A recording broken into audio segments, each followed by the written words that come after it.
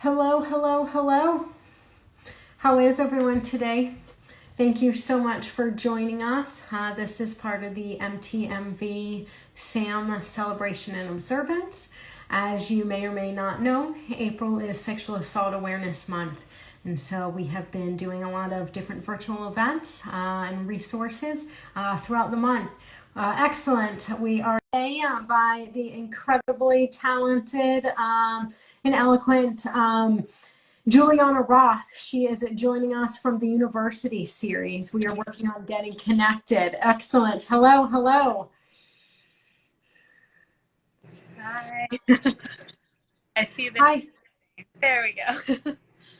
Um, I've discovered recently that I think something is wrong with my phone, and that is why I've been having some bad connectivity issues. And so I'm bringing my phone in later today. So hopefully it won't be so bad for today's live.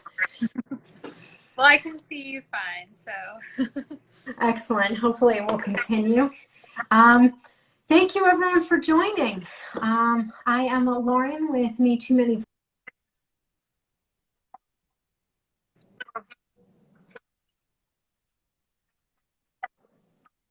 Assault Awareness Month every April.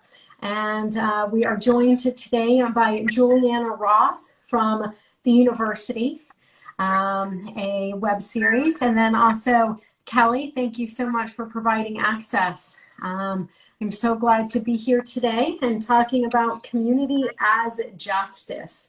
Community as a justice. The University, for folks who are joining, written and directed here by Juliana, is a riveting, heartbreaking, sadly all too relatable web series that she has created. It follows the aftermath of a sexual assault on a college campus. I'd love to pass it over to you to introduce yourself and a little bit more about the series. Great. Thank you so much for having me.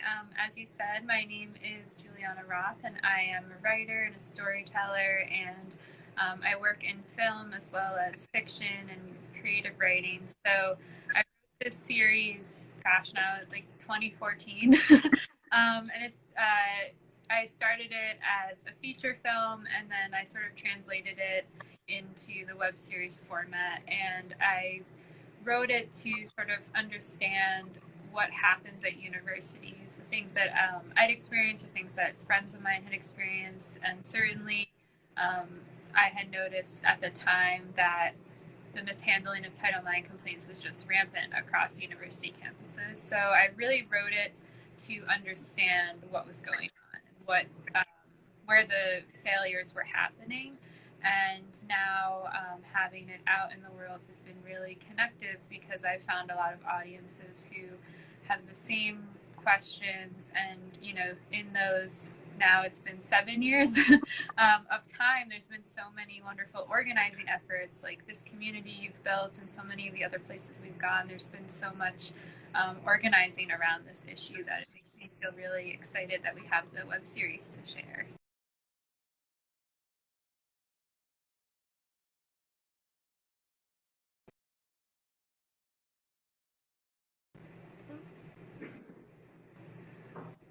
So I can just say while Lauren is still frozen, for those who haven't seen the web series, what Pictures have disappeared. Can you guys still see me? Okay, you're back. Okay, internet's going to have a new different issues today. Yes, you're back. Yeah. Okay, excellent. Yeah, I did get most of that. No, thank you for sharing that. And for people who aren't that familiar with what Title IX is and what Title IX tribunals are, as your show kind of centers around that, can you talk more about that? Yeah, so I also didn't really know what Title IX was. I knew of the policy in relation to athletics, and I think that that's where the entry point is for a lot of people. So Title IX came out of really the civil rights legislation that happened in order to ensure equity for gender participation in women's sports. Obviously, we see right now that this kind of language is under attack for including trans athletes. So obviously, that's not even like a fully protective law, but that was what it was for. And then it got interpreted to protect students on campuses who are experiencing gender discrimination of any kind. So that extends to sexual violence, any sort of predatory behaviors, any type of inequitable treatment that happens to students based on their gender expression. So that can even be things like not having proper accommodations to the extreme of, sexual violence. So under the Obama administration, there was a letter released called the Dear Colleague letter, which was responding to a pattern of sexual violence complaints being mishandled on college campuses, and it directed universities to take responsive action. And any schools that didn't were put under investigation by the federal government. And that included hundreds of campuses, unfortunately, which also included my campus. I was at the University of Michigan, and that's really how I learned about what Title IX was and how often cases were being mishandled. So what happens is different on every campus. You can apply the policy in different ways, but really what happens if there is an instance of harassment or violence, a student goes to a mandatory reporter. Usually they'll go to a dean or a student services representative. They'll say what happened, and then an investigation takes place to see, what they're going to determine and what the sanction might be for whatever the behavior was. You can see how that might serve students or possibly not serve students from there. Yeah. And unfortunately, as we've seen, all too often it does more harm than good. Things are mishandled. There's a lot of victim blaming, a lot of harassment that comes out of it, and beyond, making it not safe for people to want to report, understandably. And the title of this live comes from something you said in a conversation that we had, community as a justice, and the idea of some of these more traditional systems failing survivors, failing victims of crime. How did that play a part in you creating this first, feature film script turned web series? Yeah. So I think it connects in a few different ways. Like the first one we touched on is how often these systems fail. Like they're not designed to serve survivors. They were, because Title IX borrows from the structure we see in the criminal justice system. So, again, this is applied differently at every school, but the larger pattern is that these panels get set up like you see in the series as the same thing we see in a courtroom. So a lot of the times we then use that kind of antagonistic approach of, who's on trial here and you need to offer your defense. And I just don't think that way of approaching an issue like this is ever going to offer what a survivor needs in that. And it taps into all of those really difficult psychological effects after a trauma of like self-blame and doubt and, your memory not working correctly because it's trying to protect you. So when you put someone who's just been through that in a situation where they have to defend themselves or see their abuser or anything like that, it deters so many people. And if the people who do engage leave sometimes in a worse place than when they started. So I think I started that because I had experiences in my own life with sexual violence. A lot of my friends had, and as well. And we often spoke about well, I never told anyone. I didn't go to the police because I don't want to deal with that. And I don't want to encourage people not to take, proper safety measures. Fortunately, all we have sometimes are those methods. So I don't want to tell anyone not to use them if they feel right. But I think also having the expectation that they likely won't heal you or offer what you think you need. And what you really need, I think, after a trauma is connection. And I think that's what storytelling can do. And what I was hoping to do by creating the series was to shape experiences into story, but then also use that story to connect with others. I think you've been successful. I had previously watched the first part. So for folks who have not seen it, the series is, broken into different episodes. I believe there are 5 installments so far right now. I had watched the first one a while ago and then rewatched all of them yesterday, actually. And I was at the edge of my couch, at the edge of my seat, and I did feel very engaged with the characters. And as hard as it was to watch, because it felt so familiar, and I could feel, the character Abby and Laurie's pain, it was also relatable. How often, I kind of veered off a little bit there, but how I feel like in so many shows and movies, you see sexual violence and a sexual assault that within the, screen time, the character has acknowledged what it was. They have reported to the police. The police were kind and understanding. They went through the process. The perpetrator has somehow already gone through the entire court system. They're now in jail. The entire community rallied around the survivor. Everybody supported them. No victim blaming. And then at the end of the episode or the movie, the character has they've wrapped up all their trauma in one neat little bow. And that's not how it is. That's just not how it is. And I know, as someone who has consumed a lot of media and a lot of these shows, that when I was assaulted, these are the images that I had in my brain. And so even just, was this an assault? Because this isn't what the TV and movies portray. And so I think that stories like this are so important because they're telling real stories, I would say the good, bad, and the ugly. There isn't so much good in it, so mostly the bad and the ugly, but being able to share these stories and for other people to relate to them and for us to even be able to have this live in the conversation and people listening in, gaining community, realizing they're not alone is so powerful. Yeah.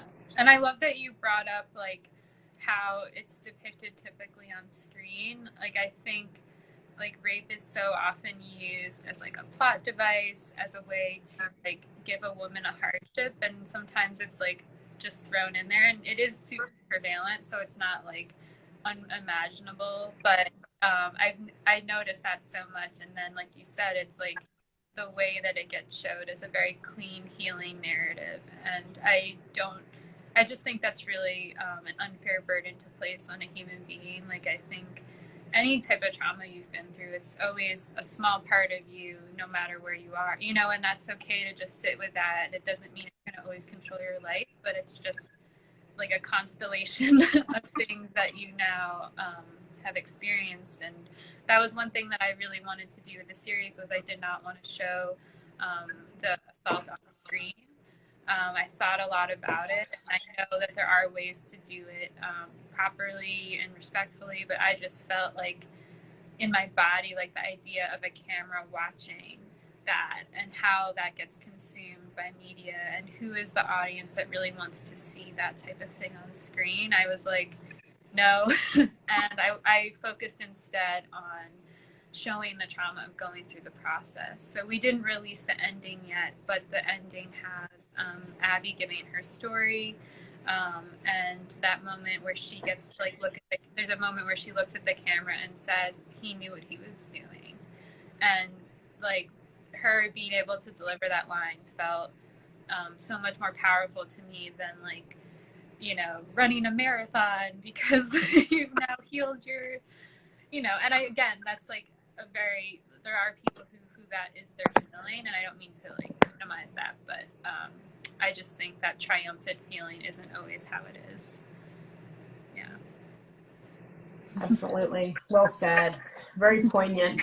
And those themes really are such through lines in your series.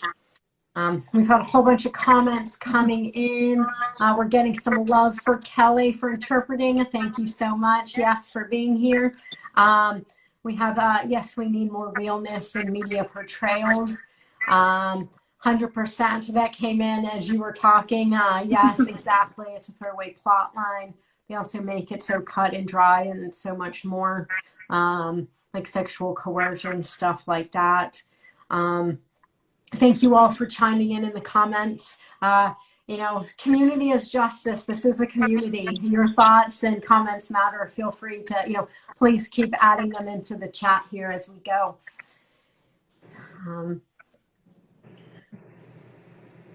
So many things stuck out to me. And I know at one point, Abby, and again, for folks who have not seen it, Abby is one of the main characters in the series who has come forward about having been sexually assaulted. She says, I just want to know something will be done. I feel like for me, that's another line that was so profound. I stopped and wrote it down because so much so when we come forward, you know, again, not to speak for everyone, we all have our own experiences, but knowing that someone's going to care, that something will be done, that there'll be some sort of accountability and justice, whatever that it may look like. And when these systems continuously fumble, it's fumbling with our lives. And how that does just leave us with wanting action, wanting care, wanting support, you know, accountability. I just wanted to share how much that line meant to me, and as everything else too, but that line in particular. I'm so glad to hear that. Like that, yeah, that moment she's with the dean, and it's like kind of going back in time to when she decided to come forward and try the Title IX process, and like that moment came after her trying and realizing that the students around her don't believe her, and she's lost her only friend on campus. Her boyfriend's broken up with her, and it's like that feeling of isolation that is really common where, you know, she loses her friendship sort of because her trauma symptoms are making her withdraw, and she can't be a good friend. And that's hard for Lori to witness too. So it's like all of that is also part of it. Like there is a lot of loss, and it's like, yeah, that moment where she's like, I don't know what I want. I just want something. I want this validation. And it's hard because I get asked like, oh, well, what would justice be? You know, like what would that look like? And I'm still like coming to terms with what that might be, because I don't think it exists in like our criminal justice system, because it's on the other side of that. That's really horrible. And yeah, it's just, I think the topic of this conversation is so important because it really is within community that we can heal, or that we can find what it is we're looking for, which is often, like you're saying, just that acknowledgement of like, yeah, here are ways we can like move forward, or here, like sit with it, or just validate it for each other too. Absolutely. We can't heal in isolation. We need to feel heard in order to heal. We need to, you know, and even the word healing is such a big word. Like, what is healing? Really, it comes down to starting to feel safe again, you know, reclaiming that part of you, because trauma strips you of your power, of your control. It makes you not feel safe. So it's learning to feel safe within yourself and the way you view the world. You need community. And, you know, back to your point about, you know, the criminal justice system, I've stopped calling it the criminal justice system because, you know, when like less than 5% are out of 1,000 cases are referred to prosecutors, there's not a lot of justice happening. It's, you know, the criminal court system. And people are always like, why didn't you report? Why didn't you report? Reporting doesn't guarantee justice. Reporting doesn't guarantee accountability. It doesn't guarantee anything. And I spent a lot of time thinking about, what does justice mean? What does justice mean for me? And I do know when I don't know, but when I look at what has been meaningful in my healing journey, it has been understanding trauma and that in dismantling rape myths and community, this community here, realizing that I wasn't alone and that what happened to me matters, and have other people support me and validate me. We can't do this alone. We shouldn't have to do this alone. Yeah. No, it's totally true, and I love your rejection of the idea of criminal justice. Yeah, we need a different. I mean, all it is just like, upholding patriarchy and misogyny and racism, and like a lot of people can't engage with calling police because police just might hurt them or hurt someone in their community if they get called. So yeah, I get really frustrated as well when I hear people say, "Oh, why didn't you report?" or "Why didn't you call the police?" And it's, the second highest form of police violence is sexual violence. So you don't know which officer you're going to get. That's really a troubling thing to sit with. Yeah. Absolutely. Absolutely. And, reporting, sharing your story, whether you report, whether you share your story with one person, nobody, you make a film, it still matters. It doesn't negate what happened to you. It matters what feels safest for you. There's no right or wrong. So there are real life challenges. And I like that your series goes into that more. And sexual assault is not, trauma in general, it's not a one-time incident. It has the domino effect and affects every single area of your life. And we witness Abby, lose her support, her friends as it goes on, and how it affects the entire community. Because whether the community acknowledges or not, sexual violence affects the entire community. Yeah. I love that you bring that up, because I think, and you asked that question too earlier about how is everyone responding? And it's like, even if you're not the direct victim or survivor of the violence, you are affected by violence. And if you commit violence, you're affected by violence. And when I look at the characters like James and Kyle, who are the friend and the assailant, they, James, I feel like he knows he doesn't want to accept that about his friend, because that's a social cost for him.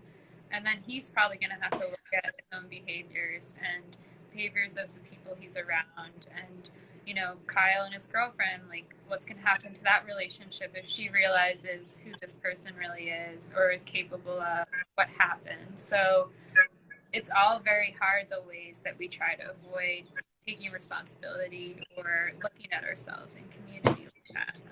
But I feel like that's also where it can happen, is within community. That's, James had said to Kyle, "She's really drunk, don't go upstairs with her," or called her, got her a ride home or something in that moment. That could have changed the course of her life. And people don't realize how important that is. Yeah, it is so important. That actually is a great segue to this next question. The theme of the Me Too Many Voices SAAM event for this month is asking for consent saves lives. What does that mean to you?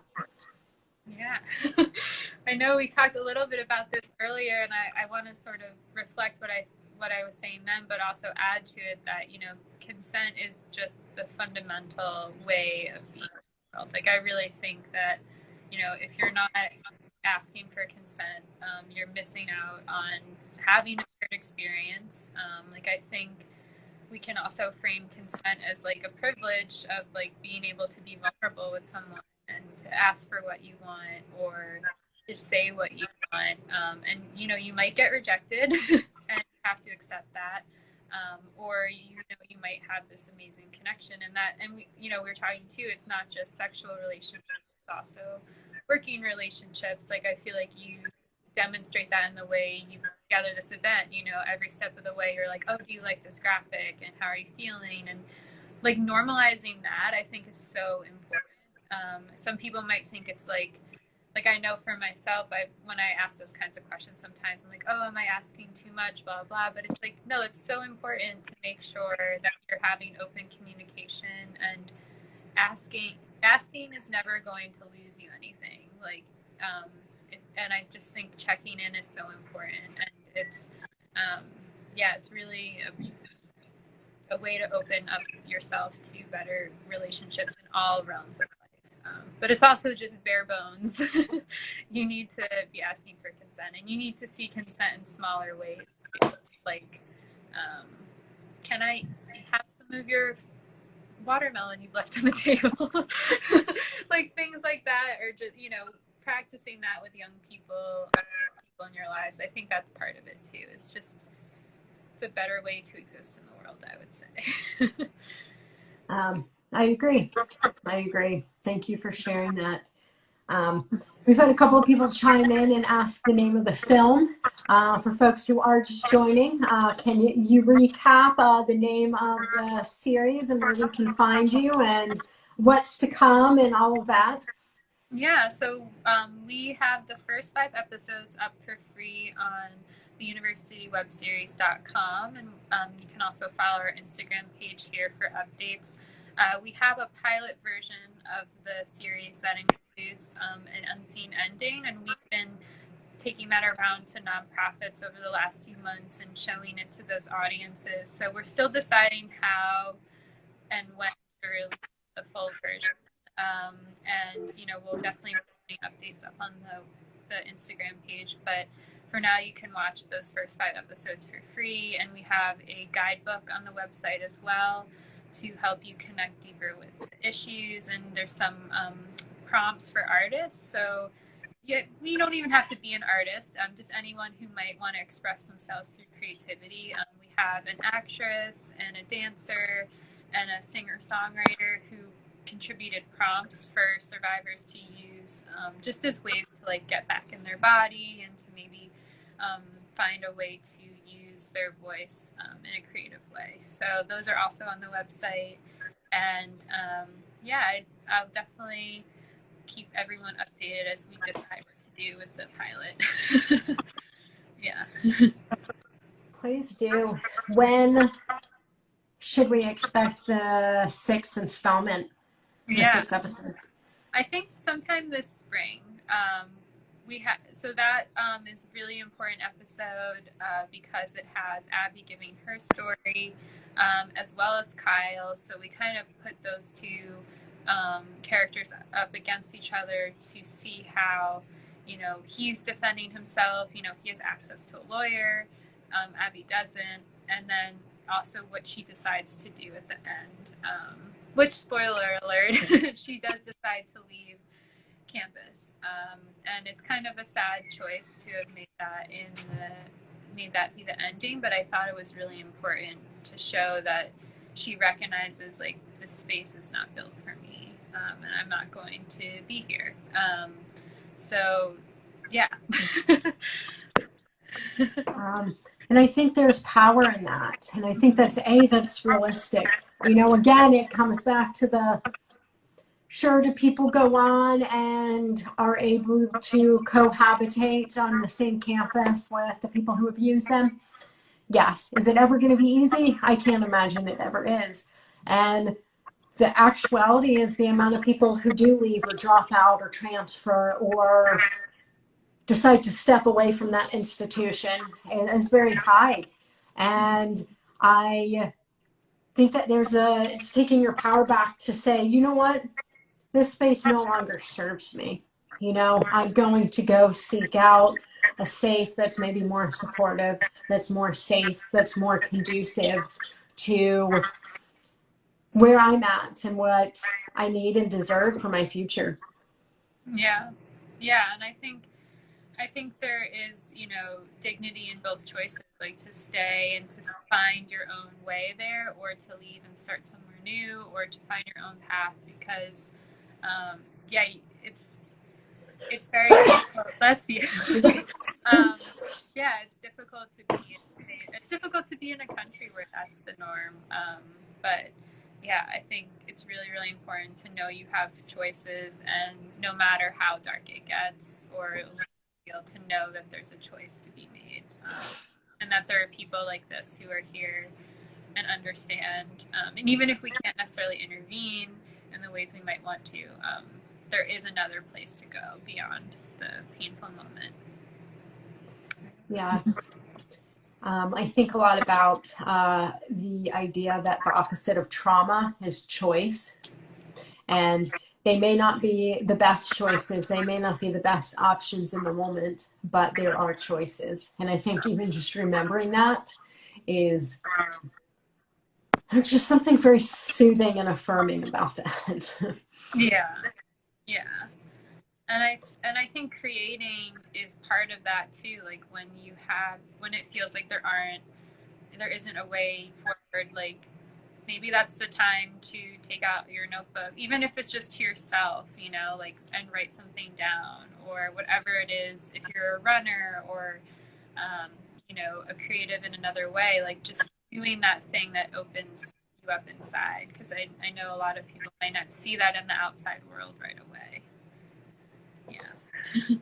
Do you have any, I guess, advice or feedback, thoughts for people who maybe are inspired by this series and what you've produced and want to try to, I guess, channel their stories or experiences that they've had or seen into film or into storytelling? Definitely. I think the first thing is to know, whatever you create, you don't have to share. And if you want to share, you can. But I get nervous sometimes when I talk about the series, because I'm like, well, I don't want everyone to think they have to go out and do this big thing and be super public if that's not who they are inside.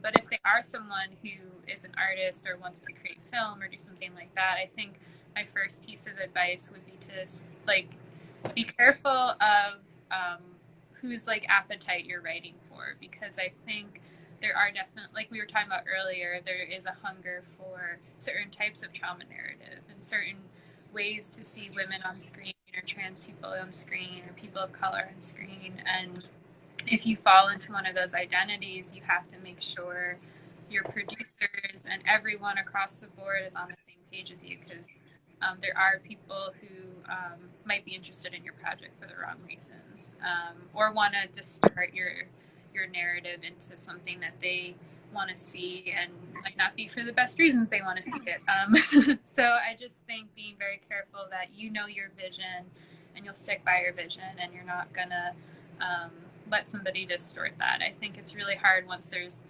with film, there's money involved, there's distribution, all this stuff, if you're doing it with a studio or something. So I think if you can do it independently, I really recommend that. And if you can just get some friends together, people you trust with the skills, that's way more powerful than a big budget thing. Even though it might look very flashy, I think it's really important to know you're going to get to tell a story you want to tell. And maybe it's not film, maybe you're a comic artist, I don't know what it is. But whatever it is, make sure it's how you want it to be. Yeah, that's really thoughtful and sage advice. Thank you. It's also very inspiring. You've inspired me. I know I've shared this with you. I talk about it fairly openly at this point on my page as well. I didn't for a long time, but my background is in film production. I went to film school. I worked in TV and film for about 12 years. I was sexually assaulted by an actor that I worked with, and it made me leave film production, the city. So similar to maybe Abby deciding to leave the school, for me, honestly, I kind of ran away. I was so terrified. I didn't feel safe. But when I started this page, Me Too Many Voices, it was very much, I felt so alone. And as alone as I felt like there had to be more people feeling similar to I was in their own pocket of their world. And it started with me creating these graphics and doing digital art and drawing and finding my voice in a community through that. And as I have had that support, it all comes back to that, the community, and finding my voice and finding my safety gave me the courage to start doing these Instagram lives and doing more, getting back into kind of the film production, the production side of things. And speaking to you, talking to you, watching your series is really inspiring. And, I never said never, because anytime that I have, it has always kind of bit me, but it makes me think maybe I can get back to filmmaking on my own terms. I just definitely don't want to go back into working with the big networks, the big shows, but creating stories that matter to me and to survivors and finding my voice in that. So on a very personal level, thank you. It's really, I haven't been excited about filmmaking for myself in a really long time. So thanks. Well, I'm so glad that I mean, I'm very angry to hear what you went through, but I'm glad to hear that you found your way back to it in your own way. And yeah, it reminds me what we're talking about with the criminal justice system. How can we call it that when, no case, the case don't go through, who gets served? The same with like filmmaking. When you think about, okay, one woman has ever been nominated for an Oscar, and not that, you need to get an Oscar to be an artist, but it's like, in how many years? And she, I don't know, and all of the bullying and predatory behavior that gets okayed in Hollywood, it's like, who is this system for? And, it's changing and shifting, but you can't wait for them to catch up. Yeah. No. But I hope that you make stories, and I love all the stories that you do here. It's so impressive, and you've built such an amazing audience. I'm sure so many people will want to watch. Yeah. Thank you, Juliana. Does anybody have any other more blah blah? I'm all tongue-tied now. I get emotional for vulnerable for 5 seconds, and I'm like, I can't say words now. Yeah, how's everyone doing? Any comments, questions? While we check in on that and we wind things down, I did want to remind everyone that as we talk about creating community and a community as justice, we, not to speak for anybody, but I feel comfortable hopefully saying this, that we both recognize that it's not as simple as just saying, I'm going to go find community. I'm going to go build community and finding your people. I wish it was that simple that you could just open up your door, especially now more than ever with the pandemic. Things are hopefully slowly kind of returning to, or going to find into new normal. And the world will open back up. But it takes time, and I do believe that there is community and people out there for everyone. I'm not saying it's always going to be easy to find it. Know that my DMs, my email is always open. Whether you're already part of this community, whether you want to engage or talk, or if I can help you find resources in your local community, you matter, and your voice matters so much. I second that. Anything else that you want to share with us before we sign off? No, I love ending it where you just left it, where, acknowledging it's not simple, that there might be a while before you feel like you can even connect, and just finding those small ways, even if it's a book, like whatever it is, a song to listen to, like those are all still connections. So yeah, just keep finding it, looking for it. Yeah. Excellent. Thank you for that reminder. Thank you so much for being here. Again, this is Juliana Rock from the University series. You can find her here on Instagram at the University series, and they're also on YouTube. Yes. And I think Anything else? No, I think we had, the Facebook page is kind of a mess because it was a different name and now I can't change it. So I'm just on Instagram and YouTube. Yeah. Excellent. Well, thank you. We look forward to seeing what's next with the university and where it goes. And I also just want to say congratulations. I'm seeing all the accolades that are coming in for your pilot and beyond. I'm sure the awards will keep on coming in. Oh, thank you. And congrats on a wonderful month of conversation so far. Excellent. Thank you. And thank you again, Kelly, for providing access today. I am going to say goodbye to both Juliana and Kelly. I have a slide of resources in case this has stirred things up. Again, know that you're not alone. You can always reach out to me or refer to one of these resources that I will show on my screen. Thank you both. Thank you. Thank you all so much for being here.